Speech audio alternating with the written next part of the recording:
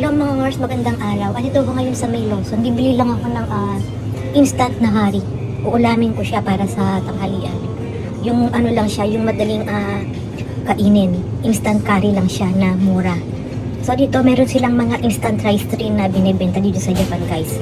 Marami kang makikita na mga binibenta na instant rice, yung ready to eat na iinitin mo na lang siya sa microwave. Tapos ayun na, wala. Pwede na siyang kainin. So yan, makakabili ka by pack siya or by piece.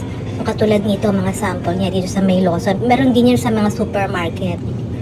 Meron din silang mga, ayan, katulad nito, oh. Meron silang mga curry, instant curry naman. Na meron na siyang mga, meat and vegetable sa loob. So, iinitin mo na lang din yan. Tas yun, pwede na siyang kainin. Kumbaga sa mga mabilisan na pagkain. So, yan. So, yan, meron din sila dito iba't ibang flavor ng curry. Makakabili ka sa mga convenience store. Katulad ng nandito ko ngayon sa Lawson, sa Family Mart, sa 7-Eleven, yan. At meron din sa mga supermarket. Mas mura sa mga supermarket, syempre. At yun, meron din silang mga instant na parang lugaw. Makakabili ka rin dito ng instant lugaw. So, ayan. Ito yung aking napili. Beef and vegetable curry na spicy. Ang pinili ko is yung strong. Meron siyang medium, meron siyang slight lang. So, iba't iba ang flavor niya. Marami kang pagpipilian. Tsaka mura lang to, nasa 100 yen plus lang ha. Yan lang. So, ayan. Para to ulamin ko. Para sa mabilisang lunch. So, iinitin lang. Ayan o. May instruction naman siya sa likod. Bubuksan mo lang to. Yan, bubuksan mo lang siya. Tapos yan, i-open mo lang. Tapos saka mo siya ipapasok sa may microwave. So, may instruction naman siya kung ilang minutes. So, ganyan lang yan.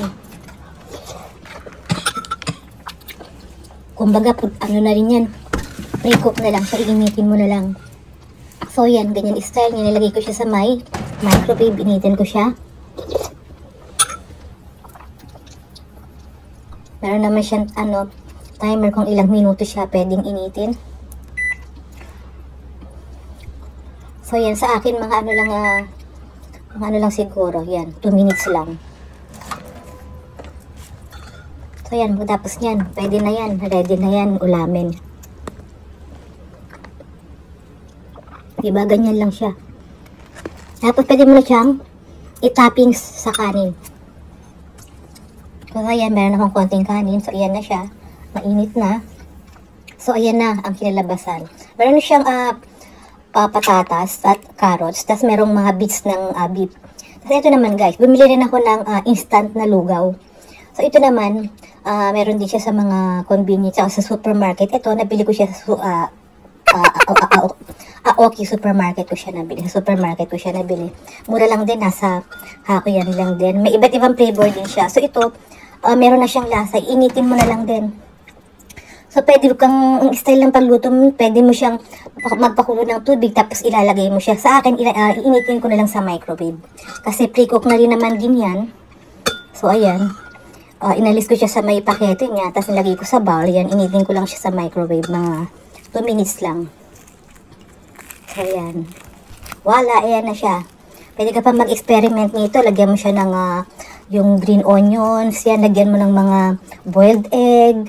Pwede mong lutuin siya sa may sapar o sa kawali para makapag-invento ka pa. Mas malagyan mo pa siya ng iba't ibang ingredients. Sa akin, ito lang.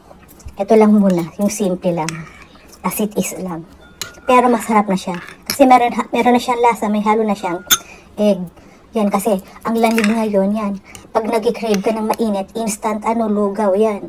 Pwede kang mag-invento na lang ng kung anong ilalagay mong toppings. Pero makakabili ka rito ng mga instant na pagkain katulad ng instant curry, instant rice. Yan, katulad nitong instant lugaw. So yan, itadakimasu. Yan lang muna ang ating mini vlog for. Thank you for watching and don't forget to subscribe and click the bell button. Ayan. Happy New Year everyone. Ciao!